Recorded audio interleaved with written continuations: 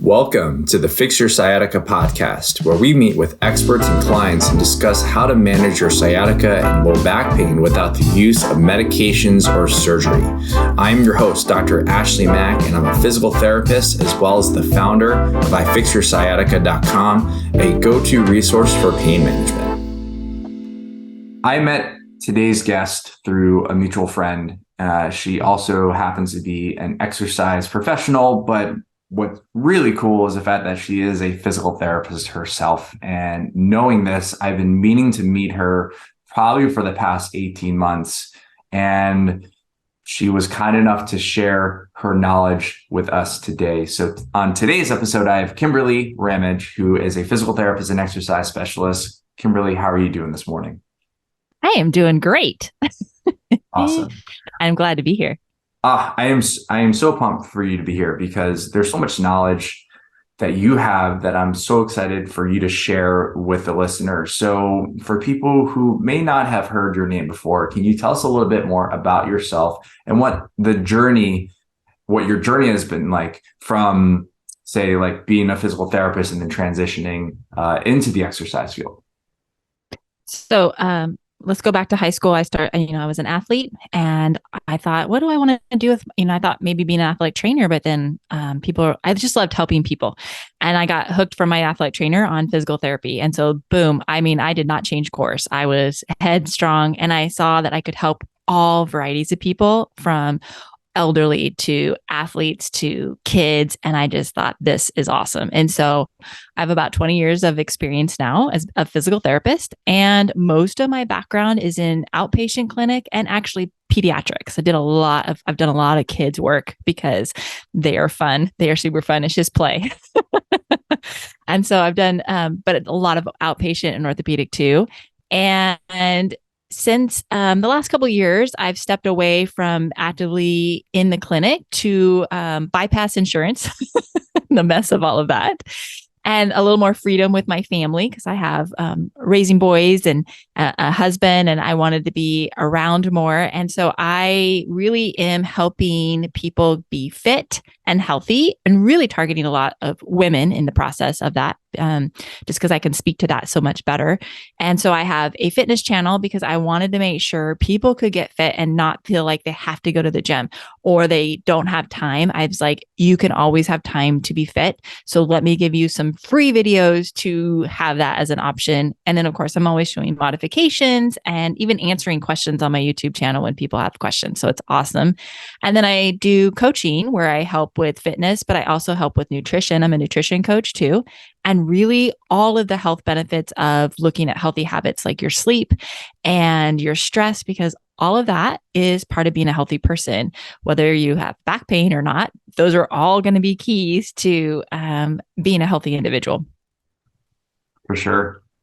Being able to manage pain or being the absence of pain is definitely a large cornerstone to being a healthy person. And pain itself is a very normal process. It's not something to live completely absent of pain actually can be a little dangerous because it can actually put us in very dangerous scenarios. And those pain signals is actually a good way to protect us from danger. So one thing that I loved when you were telling me about what you do was creating an environment for people to feel safe and understand that they can exercise without having to go into a gym. I think that's one of the biggest barriers.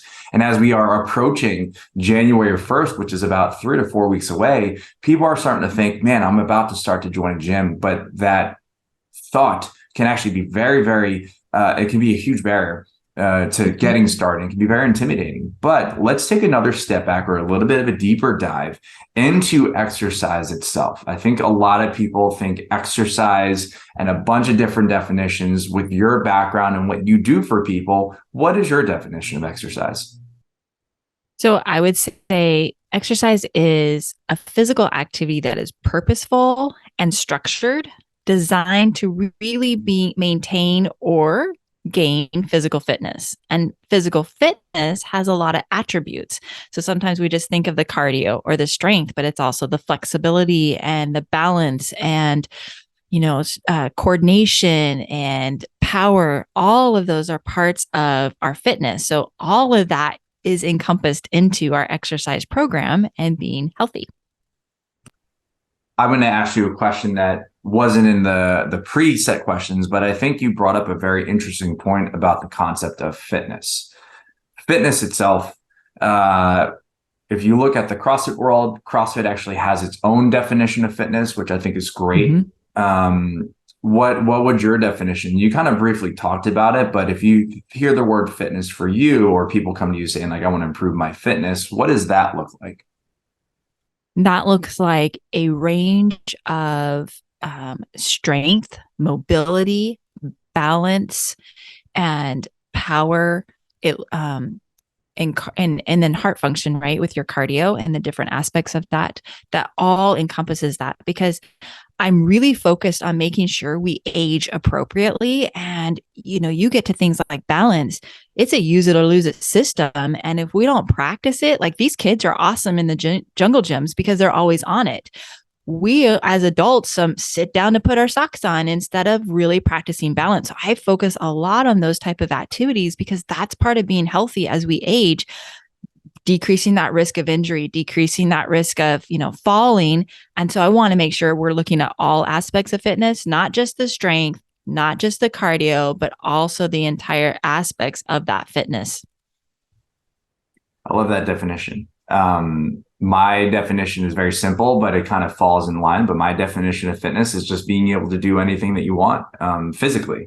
And I think that for what you said, being able to tie in strength, balance, the cardiovascular aspect, there's many different components to fitness. So I love that definition. And I had to ask you that question because you brought up the concept of fitness. And I think a lot of people have some mixed views or opinions on fitness. You have some people who are like, yeah, fitness, that means that you're going to be so physically fit and strong and do all these different things, like lift weights.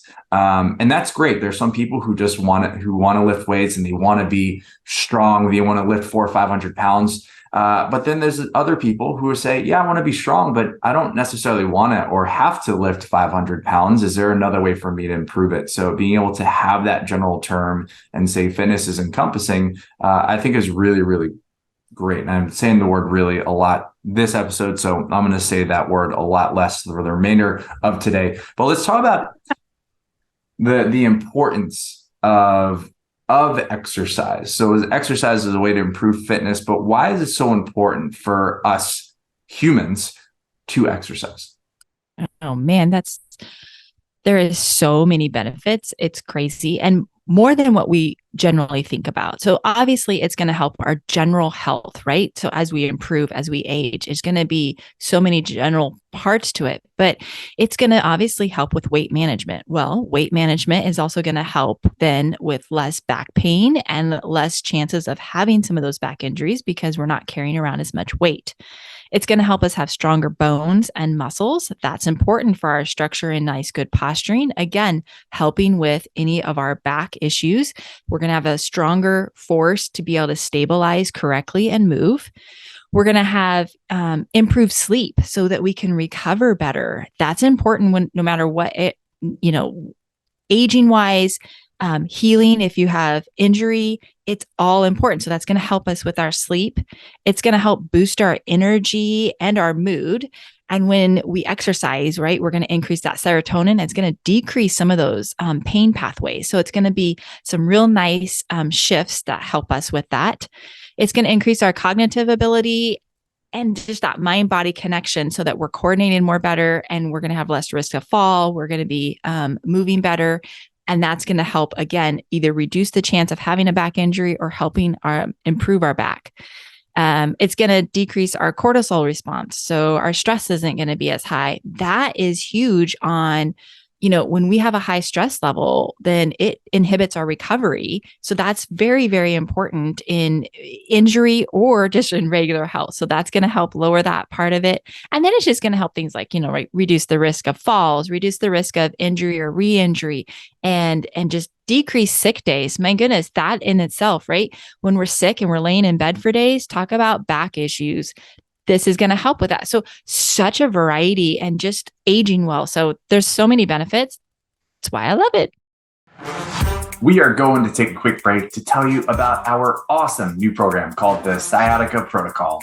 If you don't have the time to see a professional, but are tired of trying to figure out this recovery on your own, then the Sciatica protocol is for you. Harness the power of a knowledgeable physical therapist through your phone. It takes no more than 7 minutes per day, and it is designed to help you recover as quickly as possible. Now, having an on-demand physical therapist can cost thousands plus hours of sessions. But with the Sciatica protocol, you'll receive the same, if not better, customized care completely free. And why are we making this program free? Because I believe that everyone deserves to live free from pain without actually having cost be the biggest obstacle.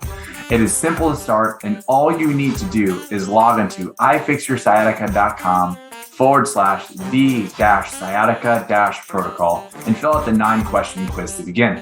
The link for the program is in today's show notes.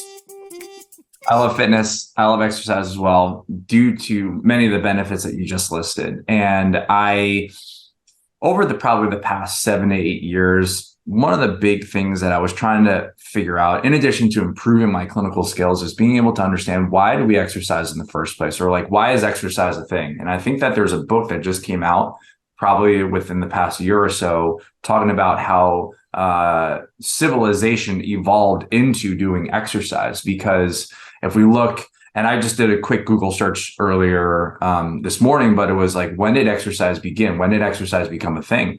And one article said it originated all the way back to 600 BC. It was a form of training to be physically fit, to be in battle, or mostly to be in battle, to make sure that you were able to protect yourself. And it got me thinking, the fact that back in 600 BC, thousands and thousands of years ago, we didn't have desks, we didn't have technology. We had we were human beings who were just trying to survive the elements. And I created this interesting classification, and I'm going to share it, and you may or may not disagree, but I feel like I should share it with the world. But say thousands and thousands of years ago, humans had to be physically fit so that they could just survive the elements. They had to make sure that they got protected by those giant saber-toothed tigers, those other predators that were out in the world. They also needed to be physically fit to survive the harsh elements without the layers of cushy clothing that we have. Right now,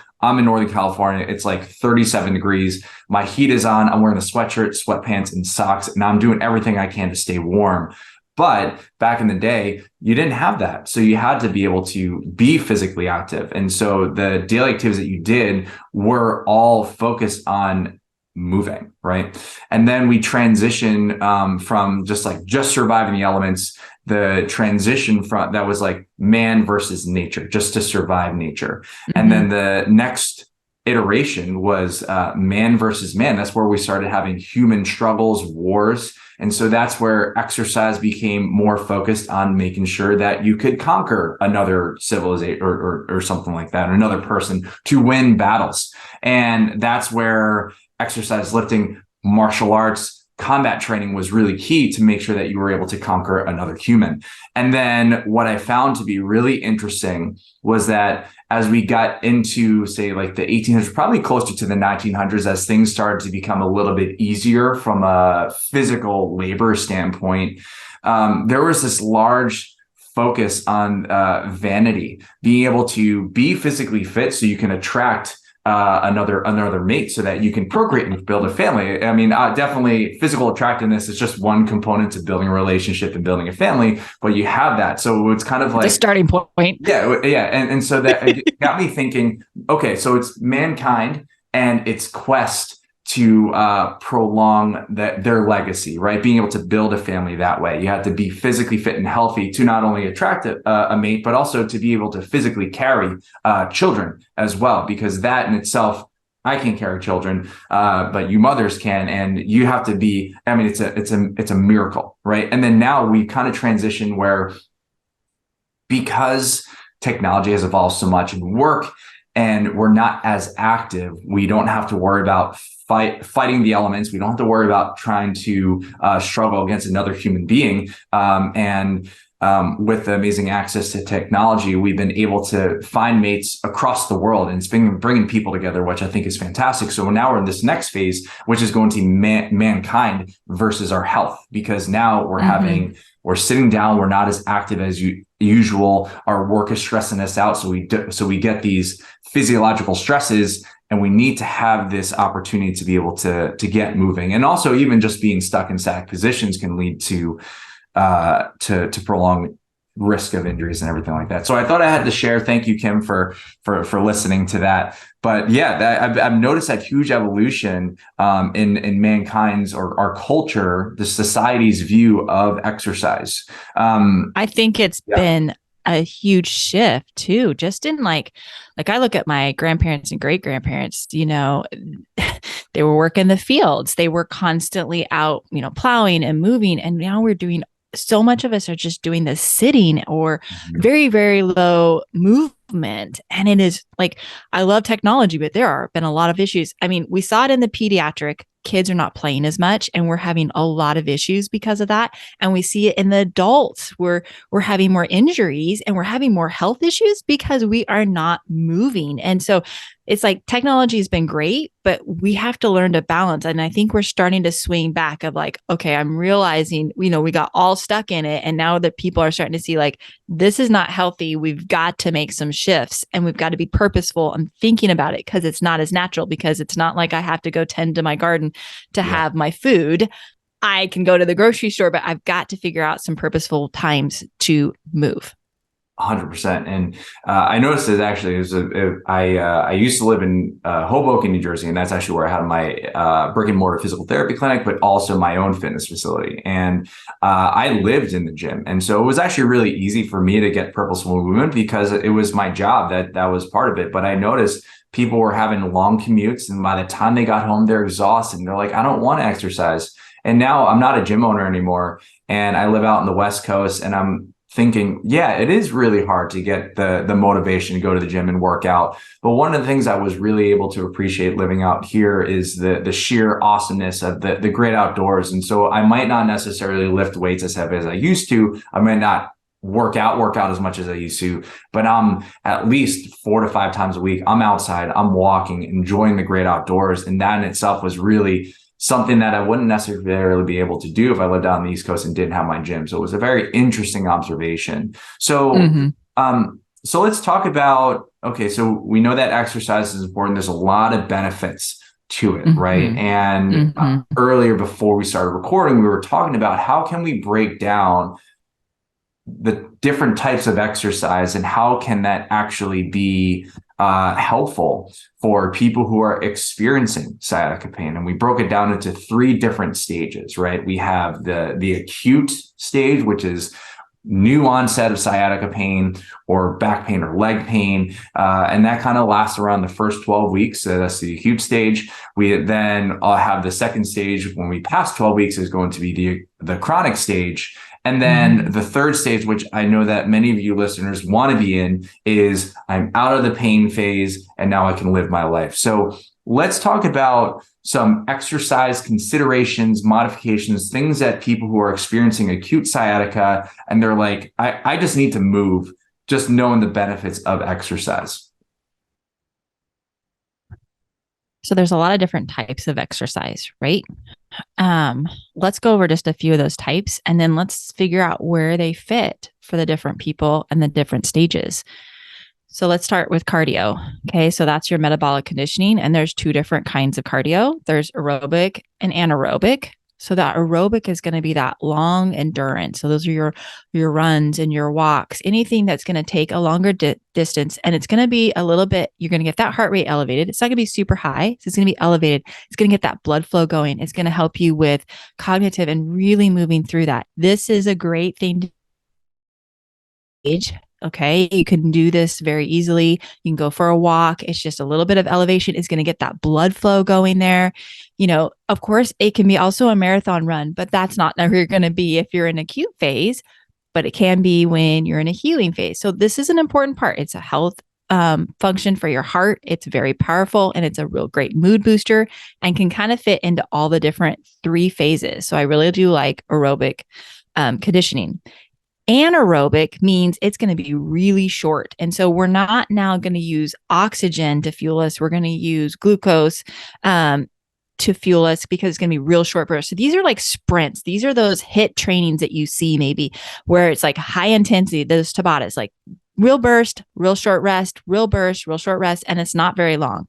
These are really, really powerful, but they're very challenging to do if you're in an acute phase. And even depending on where you are on your chronic, but you can also do this a little bit in some interval training with walking, like speeding up the walking and slowing it down. It just helps kind of change that system so that you're a healthy individual. So if you've only done the aerobic, you'll notice when you run up the stairs, you'll go, oh my gosh, I just about died, because you haven't learned how to do that anaerobic. So we need both systems to be a real functioning adult. It's just then fitting in where we are in our phase. So making sure that we know like there are different options, there's different things I can do. And now I just need to pick depending on where I'm at in my actions. Does that make sense? It makes perfect sense. I love the concept. Yeah. I mean, I'm sure we're going to be able to talk forever. Kimberly, I just want to say I probably want to have you on another episode, especially if we run out of time today. But the aspect of cardio, as Kimberly said, we have the aerobic and anaerobic. And so it's really going to also be a matter of intensity. And that in itself, when you're in the acute stage of your injury or your pain, there's going to be some inflammation. And that's why a lot of doctors will often prescribe some sort of anti-inflammatory. And that in itself is going to be a conversation between you and your doctor.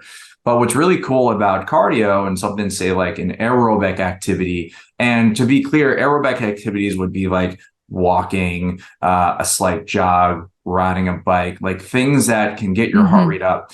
I think what a lot of people kind of mistake aerobic cardio as or anaerobic stuff when they talk about the intervals, they see like say CrossFit on YouTube, or they see people like do crazy burpees and stuff like that. And they're like, yeah, my body can't do this. But I think a really great mode of cardio is walking, biking, something that's actually going to be relatively easy on the joint. And I'm reading this book right now by Stuart McGill, who is one of the leading researchers in the low back specifically. And I came across one of the segments in his book that actually talked about how fast walking actually reduces the amount of load on the spine compared to slower walking, which is so fascinating. I thought that was a very interesting thing, and I thought I should share it with you all. And what's really so cool. They can, oh, sorry. No, go ahead. They can pick that mode, whatever they like. I'm all about like, pick what works for you and what you enjoy, because that's what's going to make you show up again tomorrow. And then you can add that anaerobic in that same activity. You can do a stationary bike and do a few sprints, do a little bit faster, and then do some rest break, do a little bit faster, do some rest break, 20 seconds of going a little bit faster and then resting or walking. And so you can add both of those elements in the same modality. So you didn't have to do anything different. It's just how you attack it. And so that's what and I'm just really big about picking what you enjoy, because that's going to be what helps you do it again tomorrow. For sure. I love that. And the really cool thing is like when you're doing something aerobic, and of these modes, walking, biking, even just like walking up and down the stairs, when you're moving at a relatively low intensity, but you're doing for a long period of time, it actually will improve blood flow, improve the elasticity of your soft tissues, which includes your muscles, but also it will improve the blood flow to your joints. So your joints will move a little bit better as well. And so I love the fact that you recommended 20 seconds of like a sprint with a little bit of rest in between for the anaerobic stuff. Because I think a lot of people think, all right, well, I need to go high intensity. What is that time domain? How long should I be going for? And so being able to say 20 seconds is a great indicator for that. I do really love those Tabatas. I just have a Tabata timer on an app, and it's just 20 seconds of work, 10 seconds of rest. You can pick 4, 6, or 8 reps of that. Done. That's it. Yeah. And it can be a great tool when you're short on time to really get some powerful. It is very powerful for that heart, and it will translate to that longer endurance. The longer won't translate to the shorter, but the shorter will translate to the longer. So even if you have a short amount of time, you're going to get value behind that. And it didn't, like I said, you don't even need a lot of equipment. Go out, do a fast walk, do it that way, it can make it work. So and with you said that increased blood flow, right? That's and moving those joints through those systems, that's going to help. But also just boosting up that serotonin to inhibit some of those pain pathways is going to help you feel better also. It's huge. So cardio is good. Thumbs up. And what you'll probably see is actually a bunch of other podcasts will actually talk about this. You'll hear amongst other podcasts this concept of like zone 2 training, which is that anaerobic where you're not getting your heart rate super high. You're getting it maybe a little bit higher than conversational pace, but you're able to sustain that for a long period of time. So cardio is great. What's another form of exercise that we can incorporate? Okay, so let's talk about strength. Again, we're going to break that down into let's just break it down into two sections. Okay, cool. So you're going to have muscle endurance and you're going to have more strength. Muscle endurance is going to be where you are working for a longer period of time, more reps, lower weight or body weight. And a lot of times you're going to get your heart rate up there because of that. And so this can be body weight exercises of just doing some squats. It can be using light weights, maybe doing some shoulder rehab, maybe doing some of the some glute work to help strengthen for your low back, those type of activities, right? It doesn't have to be, it's more of the higher reps and you're strengthening it in an endurance, and your body needs that for like, it's great for posture. Posture needs endurance activities. And so you're strengthening it in more of that endurance mode. And so this can be done at any of those 3 levels too. It's just going to be modified and looked a little bit differently. So maybe it's just with body weight and you're going through and you're doing something like a squat that's just in a shorter range. And as you feel better and it's less acute, you can do a deeper squat. It's still body weight, or it's very, very lightweight where you're doing a lot of reps just to not be taxing the system quite the same, and really focusing on form and letting your body really understand its movement and its stability. And so I really like that. And then the other one is strength. And that's where we're really going to get that heavy weight. We're going to have less reps. And this is really going to see where, you're really going to see some physiological differences in your muscles. This is the one that most people get scared about. This isn't the one you do when you're in acute phase, but it is something you do after you start having that healing, because that's part of strengthening those muscles to a different level and strengthening those bones, especially like here I am as a woman, I need strong bones. That's a big factor. And so this is a powerful move. And when we learn in that endurance, the muscle endurance, right? We're learning great form. Now we're just going to add heavier weight. So we know the form and we're going to add this heavier weight and tax that system. And when we tax it that much too, our body goes, oh my gosh, I need every single muscle. I'm going to burn fat rather than muscle because I'm realizing you need everything you've got. This is very powerful in helping maintain body weight and really lean you down, which again is going to help with that back issue. So those are kind of the 2 breakdowns I would say for strength. Very, very important. If we're going to maintain good posture and we're going to move through our day functionally, we've got to be strong, and it's going to help us age better, and it's going to help reduce injury again. I love the fact that you broke strength up into 2 different components, the muscular endurance and the strength itself. I often say the muscle endurance, I often comment when I work with my clients, I say, this is what we call movement competency. Can you actually move within the range of motion? I think what a lot of people think when it comes to strength, that they have to lift those heavy weights. But really, as you said, taking yourself through the full range of motion, if we're talking about squatting, being able to say, all right, what are my hips capable of? And really it helps. What I find with strength endurance and even just strength in general, it helps you become even more in tune with your body to help it really move more mechanically efficient.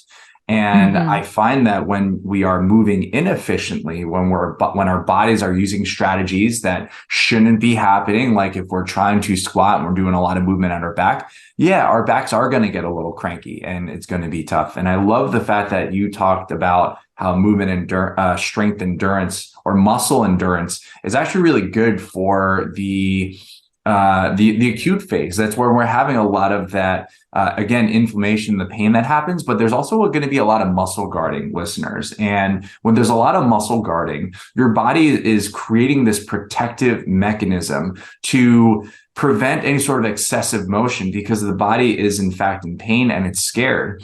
And one of the really cool things about movement competency, muscular endurance, is that going through these motions in a pain-free way will actually reduce your muscles' ability or need to guard, which then actually opens up a world of possibilities when it comes to the exercises and will facilitate healing. And then before you know it, as you are recovering and getting more confident in how your body moves, we can then start adding the intensity, building up that muscle and making sure it never comes back. Absolutely. And so many, I know, like just even women with or without back pain, weights, that sounds scary, weight training. And it's so powerful. And we saw that a lot in the clinic. People are like, oh, I don't weight train. I've got a back issue. It's like, oh, guess what? This is actually going to be good. So it doesn't always have to be that you look like the Olympic lifter, right? You see it on TV and you're thinking, I'm not doing that. Or like you said, the CrossFit games, it doesn't have to look like that. They didn't start there. Yeah. And there's a starting point for everyone, but also everyone has a specific goal. If you want to be able to just be physically fit so you can go on a hike, then that's totally okay. That's totally awesome. Actually, you have to make sure that your legs are strong enough to be able to make yourself walk uphill, but also you have to have that balance. You have to have that coordination to be able to step over a rock or two, or as many as you come across when you're doing something as simple as a hike. And so strength is really beneficial. Let's talk about another form of exercise. So we have cardio, we have strength. What's another form? We'll do one last one. Okay. So let's just, I have two more, but let's put them together because they're going to be kind of similar. Sounds great. We got mobility and we'll do kinesthetic. Okay. So mobility is going to be that big umbrella. It's going to have stretching and mobility. So stretching is going to be, where really that passive range of motion. You're not using any muscle strength to do this motion. And so you want to make sure you're stretching and getting those joints and those muscles flexible.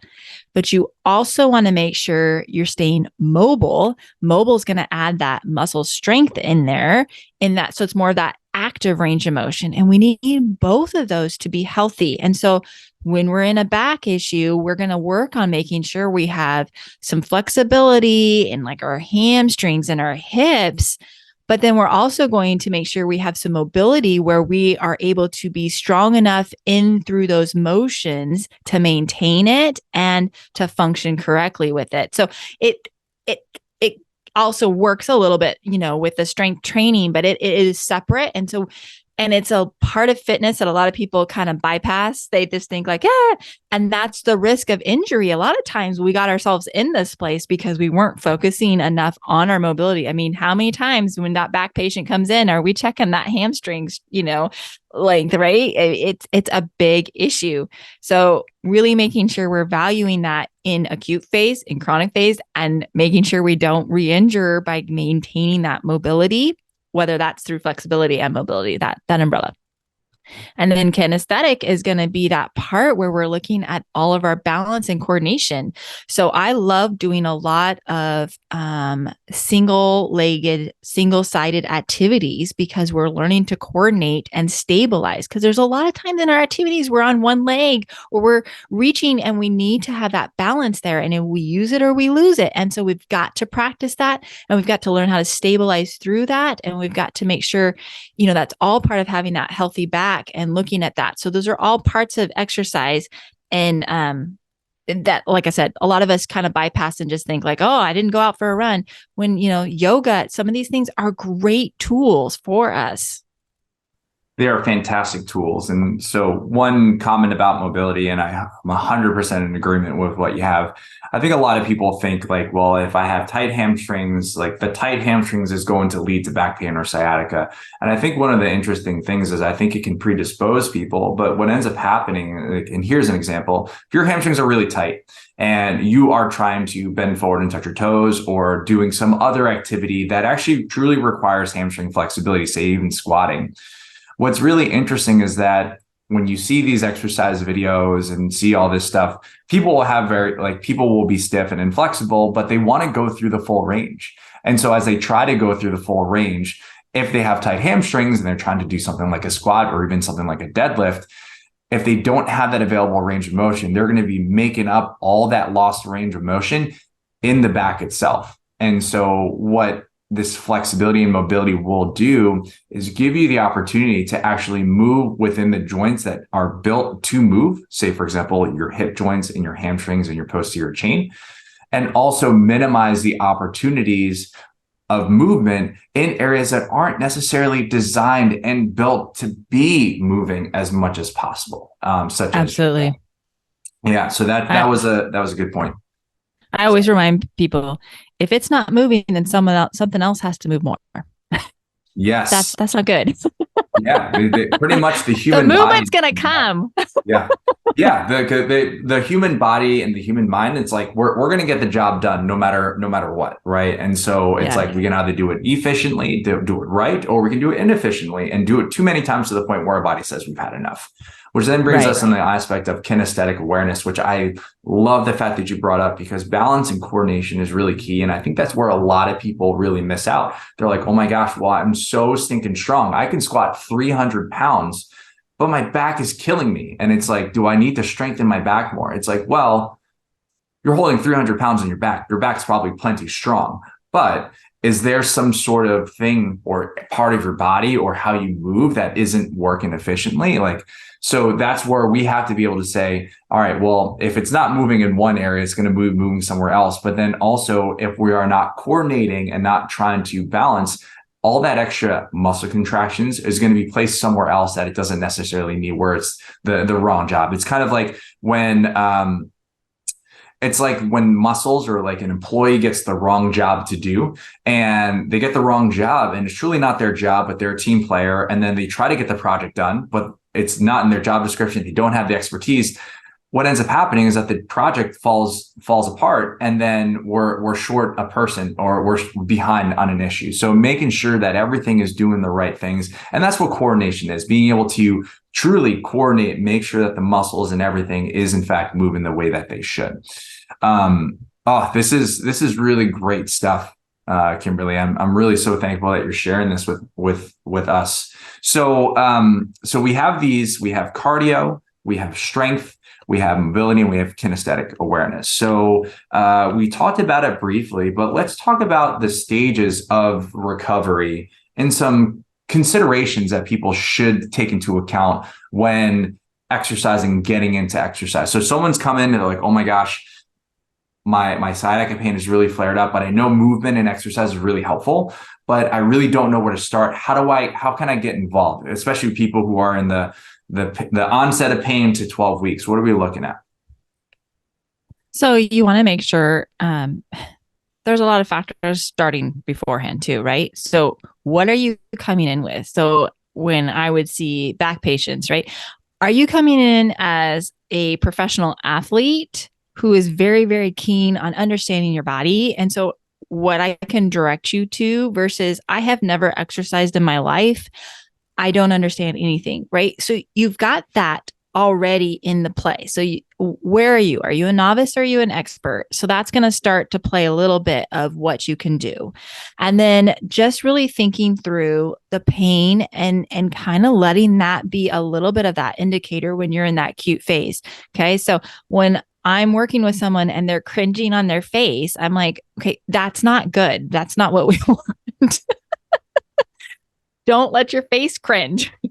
So we've got to find some movement. So it's going to be real gentle to start with. It's going to be some gentle walking. It's going to make sure that we are moving, maybe not a lot at one time, but throughout the day to help reduce that. So it doesn't always have to be, okay, I'm going to the gym and I'm doing this one set of action, but it's more of like, you know what? I'm going to break this up and I'm going to do 10 minutes of walking in the morning before I go to work. I'm going to do 10 minutes of walking at my break. I'm going to do 10 minutes at lunch. Moving. Oh my goodness, that's huge. And it's still exercise, right? We're still getting, we get stuck in thinking it's got to be this 30-minute block when it doesn't, especially when we're in this acute phase. So really thinking through what can I do, but also it doesn't have to be all done at the same time. And actually in that acute phase is probably more valuable if we don't do it all at the same time. So those are type of things, thinking about some mobility, really moving through those movements, and either working with a physical therapist, working with, someone who knows something. That's a great tool. But otherwise, just making sure you're kind of paying attention to what feels good and gives you some relief. Because you'll find a lot of my patients would go out and do like, actually, I felt better after my 10-minute walk. And it's not long enough where it irritates it, but it's short enough that it got the blood flow going, it got their serotonin levels up, and it made them move and not get so stiff. Great part in the acute phase. I love that. I wrote in bold letters on my notes. I was like, when you talked about the cringe face, the grimacing face, I just thought it was so funny because not funny. It's being in pain is not funny, but it got me thinking, because when I'm working with some clients, sometimes they'll grimace. And the grimace is actually them trying to figure out what they're feeling. And so I laugh, because what I'll often ask when I see someone grimace, I'll say, is that a grimace of pain, or is that a grimace of you trying to figure out what you're dealing with? And I just, and it's funny because both myself and my clients laugh when I say that, but it's true to be able to see that you have to listen to your body and identify what are these triggers that are actually increasing your pain. I also love the fact that you brought up the concept. It's important for you to identify who you are as an exerciser, as a human being. Are you a professional athlete, or are you someone who's never exercised before? Because those starting off points will be very different, which is in essence not only identifying your baseline and who you are, but it also will dictate your goals in regards to what you want to be able to accomplish once you are out of this pain cycle. And I love the fact that you said, let's break down the length of time of activity. Let's possibly increase the frequency of what you're doing. So instead of walking 1 30-minute bout, you're doing 3 10-minute bouts throughout the day.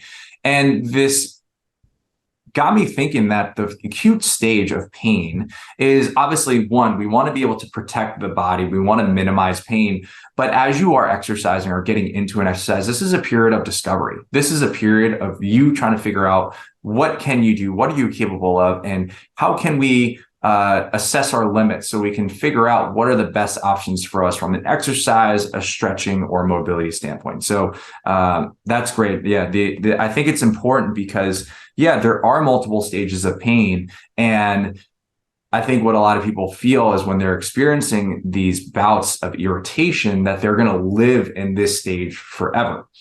But the truth is that more often than not, we're going to be able to transition just from a time perspective out of these stages, which then transitions to when you're living when you're living with pain and you've been experiencing this for longer than 12 weeks, you are now in the chronic stage. Now, I just want to make note that there's something called the subacute stage, which is it's at around the 8-week mark.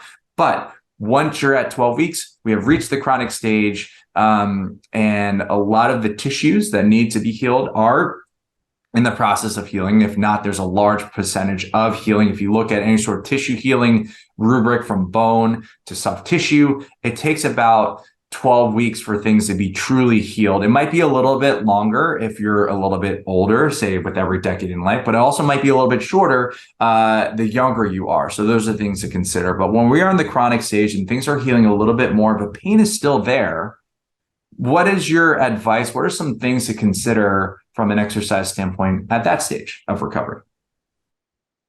So again, you're still going to look at, pain being a part of their indicator and kind of looking at that, but you're just kind of going to start slowly advancing what you've already built on. So again, depending on who you are, right? So if we're doing those 10-minute walks, you're pushing that a little bit more, and because your body's got to get used to that. It's got to strengthen up into that to get you back to functioning level.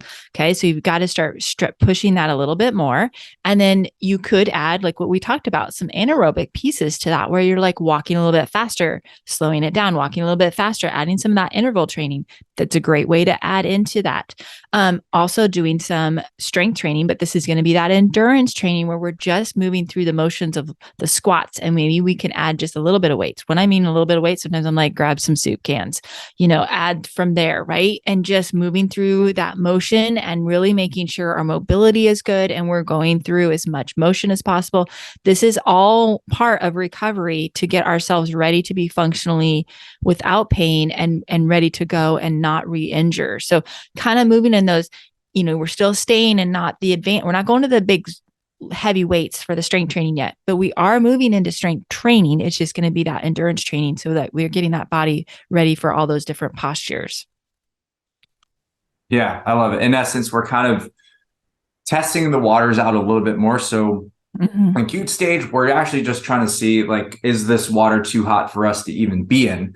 But then when we reach the chronic stage, we can start to push the limits a little bit more to allow us to kind of break free. Because even over a span of 12 weeks, if you don't exercise in a span of 12 weeks, you're going to lose a lot of strength. You're going to lose a lot of your conditioning. It might actually make you feel worse because your body, the human body, craves movement. And if you aren't moving for 12 weeks, the body's going to feel stiff to begin with. So from there, being able to just extend a little bit, you can increase the intensity a little bit, just like Kimberly said. And when you reach the chronic stage, listeners, again, the tissues that need to be healed are most likely, the majority of them should be healed. But also, not only are we experiencing tissue healing and the injury itself, but also what we call central sensitization, how your brain actually perceives a lot of these signals that actually get sent to your body. If you're living in pain for 12 weeks or more, your brain is in the habit of experiencing pain whenever it gets an electrical signal from that area. And as long as you ruled out that what you're doing is actually truly not causing any sort of damage, you do have an opportunity to push these limits and see how far you can increase your threshold of movement or intensity. And that's where you're going to be able to get a lot of really cool, we call this cortical remodeling, central sensitization. We're actually retraining your brain. And this is actually tapping into more of the central nervous system, the neurological aspects. And it could be very scary because the brain is so sensitive. You could feel great one day, and then you can do a little bit too much exercise, a little too much work, and then you can feel terrible the next day. Does that mean that you actually, in fact, damaged yourself? Not necessarily, not always, could be. But if it's slowly increasing your capacity to do something, it's really beneficial. Kimberly, if you don't mind me ask, like when you're working with people and it's like, okay, now it's time to increase, is there kind of like a general number or range or percentage that you recommend people increase their activity if they're feeling okay? No, because it depends kind of where they're at. So if you haven't done weight, maybe we're going to add weight and stay at the same rep. If you've had, or maybe we're going to increase how many reps. We're pushing the limit of something. So I don't care if it's pushing the limits of reps. I don't care if it's pushing the limits of time. I don't care if it's pushing the limits of how much we're adding in there, right?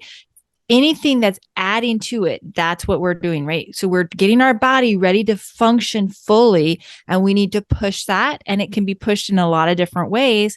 And sometimes it depends too, like, oh, I don't have a lot of time. I'd rather add a little bit extra weight and do fewer reps and push it that way. So there's different avenues, or I'm pushing how fast I'm walking, or I'm pushing the length of time I'm walking, or now I'm adding in a little bit of a jog, a couple of minutes. Anything that's increasing that intensity is what we want to build on. And we keep building into that as much as we can back to that functional level that we were at. Yeah. I love the fact that you said there's many different factors of how we can push the limit. We have the reps, we have intensity, which is the weight, time. So being able to just like do it for a longer period of time, and also the speed. I usually recommend, we'll say like a 15% increase in any one of these domains. If you do a 15% increase in both rep and intensity, you're looking at a 30% increase in intensity to begin with. So I usually cap it off at that. And I got that number from, it was like a running volume. And I thought that this would be a great way to be applied. So really good things to consider. All right. So let's talk about the last stage. Now, we don't have that much time, but let's talk about the last stage. People are out of pain. They're like, okay, I don't want to get this again. What are a couple of things to consider So then that way they can live free from the fear of getting hurt again. Like, how can they feel confident with their exercise program? This is where we get into like a lot more of that functional fitness. Now, that doesn't mean you have to go to CrossFit to be functionally fit, right? It just means that a lot of the movements that you're going to work through are going to be functionally looking at, so that we can really translate it into what we're doing everyday life. So this is where I enjoy like building up onto some of that heavier strength. Okay. So once we get better, we start adding in some heavier weights to really strengthen those muscles, to make sure we can have great posture, and making sure we're staying real focused on great form. Strength training is very, very powerful. Adding in some of that, like I said, some of that HIIT training, that anaerobic, we can start adding that in, and push that limit a little bit more, so that we're ready to move. So our body isn't like, what the heck just happened when I ran up the stairs and I'm twisting, right? It's like, no, I've done this before. I know what I'm doing, and I can respond appropriately. And then maintaining and making sure we're still sticking with some balance. So making sure then, this is where I start adding in a lot of that single leg activities too, because we're really working on tons of core when we start doing single sided activities, and we're adding that coordination, and we can kind of build on all of that, and then making sure we're staying mobile. So pushing all those elements more and more, but really picking some activities, those squats, the deadlifts, those are all important. Really working on some of those things that you go, I'm going to functionally use this, and I need to make sure my back knows what it's doing. And the more I can get in that, I'm going to be able to tackle whatever comes my way. Yes. So now we're at a point where you have a little bit more play. You have the opportunity to try things out and see what you're capable of. And so a great opportunity to do things that to break the routine of what you did leading up to your injury in the first place. You might have been missing something in your daily activity. It could have been balance. It could have been strength. And so looking at your recovery, when you're out of the cycle of pain, and you're like, okay, well, what are the next steps for me? Try to look back and say, what was missing in my daily routine that I can start implementing now so this doesn't come back? And the really cool thing is that you don't have to do this alone. You can absolutely do it alone. And we've talked about some guidelines and things to consider when you're at each stage, but you don't have to go through this recovery and getting back into exercise by yourself. There's people like Kimberly who exists, and myself who exists, who are actively here to help you. And so with that being said, Kimberly, let's talk about you. How can people get in touch? What are some ways that people can work with you? So I have a YouTube channel called Kimberly Joy Fitness, and it is a place where I do 5 days a week. I have exercise videos, and a lot of them I'm showing a lot of modifications. So like I might be doing a push-up on my toes, but I'm showing you also you can do it on your knees, or you can even do it on the wall, right? Or I'm squatting lower than you are maybe, but I always talk about the different ranges, that type of thing. And I have some beginner series, and I have more advanced series, so that, you can be at different levels. I also have Instagram, Kimberly Joy Fitness, and there's links there to work with me personally if you want, for coaching, for fitness. And like I said, I do nutrition coaching and just general habits just to get healthy and so forth. But all of that, my channel really is targeted to say, you don't have to get to the gym. If you're intimidated or you don't have time, don't let that be the roadblock to your journey in fitness. Make sure you take, any advantage you can. There's great value to that. Thank you, Kimberly, for your time today. Listeners, all of her contact information will actually be found in the show notes. So if you didn't get that, Kimberly Joy Fitness, she has her YouTube and a bunch of other ways. I'm going to put that in. Kimberly, again, thank you so much for your time. I learned a lot. I love talking with you, and I'm excited for what the future is going to hold for you. Thank you again for inviting me.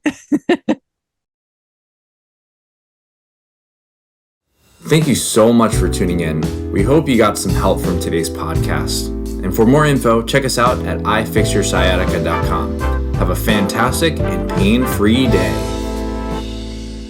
No patient-therapist relationship is formed by listening to this podcast. We are not providing medical advice, and all information should be confirmed by a medical provider.